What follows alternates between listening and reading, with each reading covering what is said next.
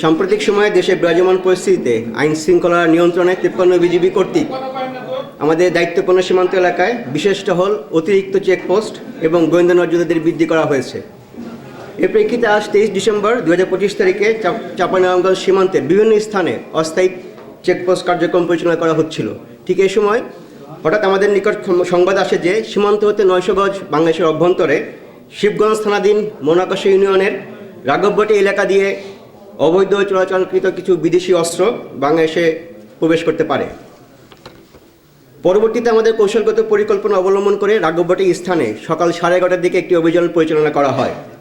এ সময় একজন সন্দেহভাজন ব্যক্তি বিজিবির উপস্থিতি টের পেয়ে দ্রুততার সাথে উক্ত জায়গা থেকে চলে যেতে থাকলে তাকে ধরতে গেলে সেই ব্যক্তি দৌড়ে সীমান্তের দিকে একটি ব্যাগ ফেলে পালিয়ে যায়। পরবর্তীতে টহল দল ঘটনাস্থল তল্লাশি করে ব্যাগটি উদ্ধার করে এবং পলিথিনে মোড়ানো অবস্থায় 2টি বিদেশি পিস্তল, 4টি ম্যাগাজিন এবং 5 রাউন্ড গুলি জব্দ করে। এখানে উল্লেখ্য যে 53 বিজিবি চাঁপাইনবাবগঞ্জ ব্যাটালিয়ন গত 15 ডিসেম্বর 2025 তারিখে অন্য একটি বিশেষ অভিযান পরিচালনা করে মনোহরপুর সীমান্ত থেকে 4টি বিদেশি পিস্তল, 9টি ম্যাগাজিন এবং 24 রাউন্ড গুলি জব্দ করেছিল। বর্ডার বাংলাদেশ সীমান্ত সুরক্ষা, চোরাচালান দমন এবং সীমান্তে যে কোনো অপ্রীতিকর পরিস্থিতি প্রতিরোধে প্রতিজ্ঞাবদ্ধ। এই লক্ষ্যে কৌশলগত পরিকল্পনার মাধ্যমে আমরা প্রয়োজনীয় প্রতিরোধমূলক ব্যবস্থা গ্রহণ করেছি এবং ভবিষ্যতেও এ ধরনের কার্যক্রম অব্যাহত থাকবে। আমরা আমাদের গোয়েন্দা নজরদারির মাধ্যমে যে একটা খবর পাচ্ছি যে এ ধরনের চোরাচালান সম্ভাবনা রয়েছে এবং সম্ভাবনা রয়েছে দেখেই আমরা যে মুহূর্তে তথ্যগুলো পাচ্ছি এবং সেক্ষেত্রে আমরা খুবই রিয়াকশন টাইম খুবই কম পাই।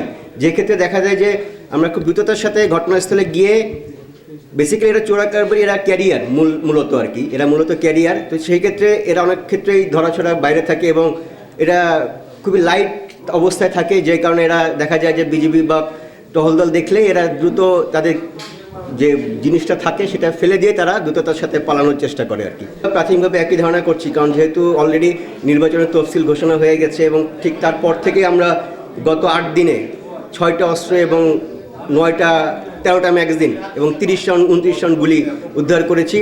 প্রাথমিকভাবে ধারণা করা যায় যে এগুলো নাশকতার জন্যই মূলত আনা হয়েছে বাংলাদেশে, আদারওয়াইজ এটার অন্য কোনো কাজ নেই নাশকতা ছাড়া। তো আমরা চেষ্টা করতেছি, আমাদের গোয়েন্দা আরও নজরদারি বাড়িয়েছি যাতে বিশেষ করে এই শীতকালটা এই আমাদের মাসুদপুর কোম্পানির যে এলাকাটা, এখানে আপনার যদি অনেকে জানবেন যে কাঁটাতারও আছে এবং কিছু জায়গায় সীমান্ত খালি আছে। তো এই ক্ষেত্রে দেখা যায় যে কুয়াশার সুযোগ নিয়ে চোরা কারবারিরা ঠিক এই সময় এবং কুয়াশা সাথে একই সাথে আপনার বাংলাদেশের যে বর্তমান প্রেক্ষাপট সব কিছু মিলিয়েই আমাদের কাছে ধারণা করছি যে এটা নির্বাচনকে বা যে কোনো বাংলাদেশকে একটা অস্থিতিকর রাষ্ট্র হিসেবে পরিগণিত করার জন্যই মূলত দুষ্কৃতিকারী এই ধরনের পরিকল্পনা করছে বলে আমরা ধারণা করছি। আমরা যেটা বললাম যে অলরেডি গোয়েন্দা কার্যক্রম জারি আছে, ওটার মাধ্যমে বেসিক্যালি আমরা বুঝতে পারবো। আর এটা নিয়ে যেহেতু হঠাৎ করে গত 1 মাসের ভিতরে 1 সপ্তাহের ভিতরে আমরা 2টা চালান ধরতে পেরেছি এবং এর প্রেক্ষিতে আমরা আগের থেকে আরও বেশি আমাদের গোয়েন্দা কার্যক্রম, বিশেষ করে আমাদের ব্যাটালিয়নের গোয়েন্দা কার্যক্রম, আমাদের রিজিয়নের পক্ষ থেকে যে গোয়েন্দা, বিজিবির যে গোয়েন্দা, সব মিলে একই সাথে আমরা একত্রভাবে কাজ করছি যাতে এই জিনিসগুলো প্রতিরোধ করা যায় বাংলাদেশের অভ্যন্তরে।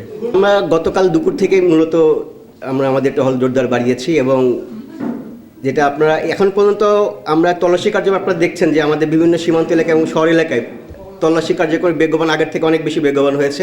বাট ইতিমধ্যে আমরা এখন পর্যন্ত কোনো ওই কেস রিলেটেড সাসপেক্টেড এখন আমাদের সামনে এসে পড়ে নাই, বাট আমাদের টহল জোরদার আছে এবং মূলত আজকে যে অপারেশনটা এটা কিন্তু সেই অতিরিক্ত চেকপোস্টেরই একটা ফসল। বিকজ ওই এলাকায় চেকপোস্টটা ছিল দেখে আমি খুব দ্রুততার সাথে আমি মুভ করাতে পারছি আর কি, আমাদের টহল দল ওখানে যেতে পেরেছিল আর কি।